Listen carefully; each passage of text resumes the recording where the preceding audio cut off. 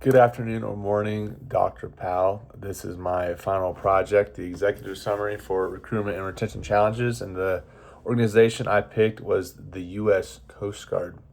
So, the U.S. Coast Guard is obviously a military branch, but it is unique in a way that it operates in homeland security. It has 40,000 members, it's smallest military branch by far. So, it is very small, but it has Coast Guard is very high tempo, especially at those search and rescue units. You never know when you're going to get the call. So it does place some pressure on the workforce if you are a response or maybe a pilot or you're the AST, aviation survival technician that hoists down and actually does the rescuing. So in recent years, this is not a Coast Guard only problem. This is, I believe, most military branches. The Coast Guard has experienced recruitment and retention challenges that threaten mission readiness. Obviously, you need the personnel to execute missions. According to the Government Accountability Office, the service has struggled to maintain its enlisted workforce, and it is consistently falling short of recruitment goals. In a more specific GAO report, Government Accountability Office, Coast Guard was found to have lost more enlisted members than it recruited from 2019 to 2023. I've been familiar with this issue, so this is why I want to touch upon it. However, it is improving. But going back to 2023, more specifically, the service lost over 3,800 enlisted members and it only recruited 32. So that is a $600 person difference, which is Coast Guard units are pretty small. So that 600 members is a lot of, like the one I was at in California maybe had 40. So that's a lot of people. However, in 2024, there was a little bit of improvement. Approximately 2,600 enlisted members short of its authorized target strength, but it's better than the previous years, just closed the gap, but still falling short. So how I think to combat this, the Coast Guard has already implemented some strategies. For example, there's a lot of hiring incentives out right now. So these incentives include up to $60,000 to affiliate with a critical rating. Culinary specialist has been critical since I joined, and it has a $45,000 bonus. They just send it to you, lump sum. I think it's a payment plan. But anyway, you get $60,000 or $45,000 for culinary specialist. $50,000 for education credits, and then $15,000 for reservists. But we're touching on active duty here. There's other opportunities. When you graduate as an E2, but you can graduate as an E3, which is better pay grade.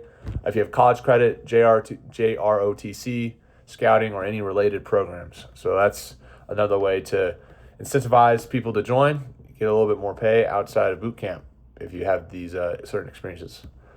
And then another one is hometown recruiting, which allows them to temporarily return home after boot camp to assist with recruiting efforts before reporting to their first assignment, which is kind of eases into it a little bit. I think that's probably they need a touch. If I were to say, I think hometown recruiting needs to be emphasized more, because I think the main issue is, going away from your home. That's the biggest thing, I think, for any person joining the military. So I think they need to hit hometown recruiting a little bit more. I also think they need to touch on leadership-focused programs a little bit more. For example, C-SPY is a fantastic program. It's an officer route program, but it is extremely small. It is very ill advertised. I am not sure why.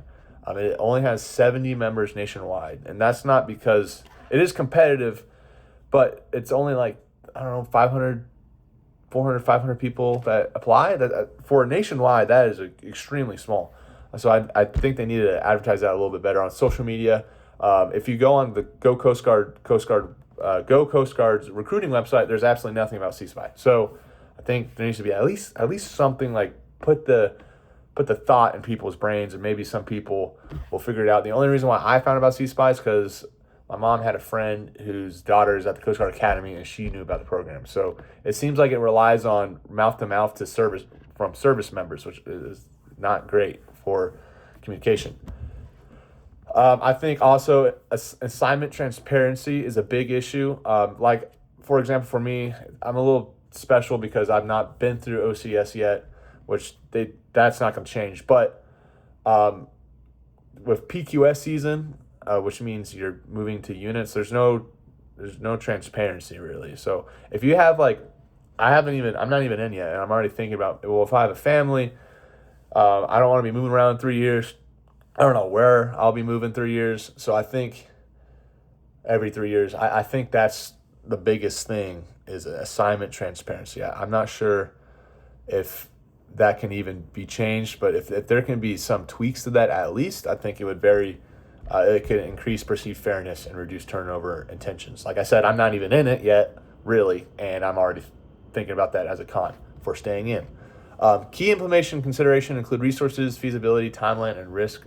Financially, expanding incentive programs and improving recruitment infrastructure will require increased budget allocation. Coast Guard doesn't get that much money. I mean, we are smaller, but for training pipelines is where that money I think should go, and maybe advertising. I think we have plenty of bonuses, but I think recruitment, social media awareness would definitely help.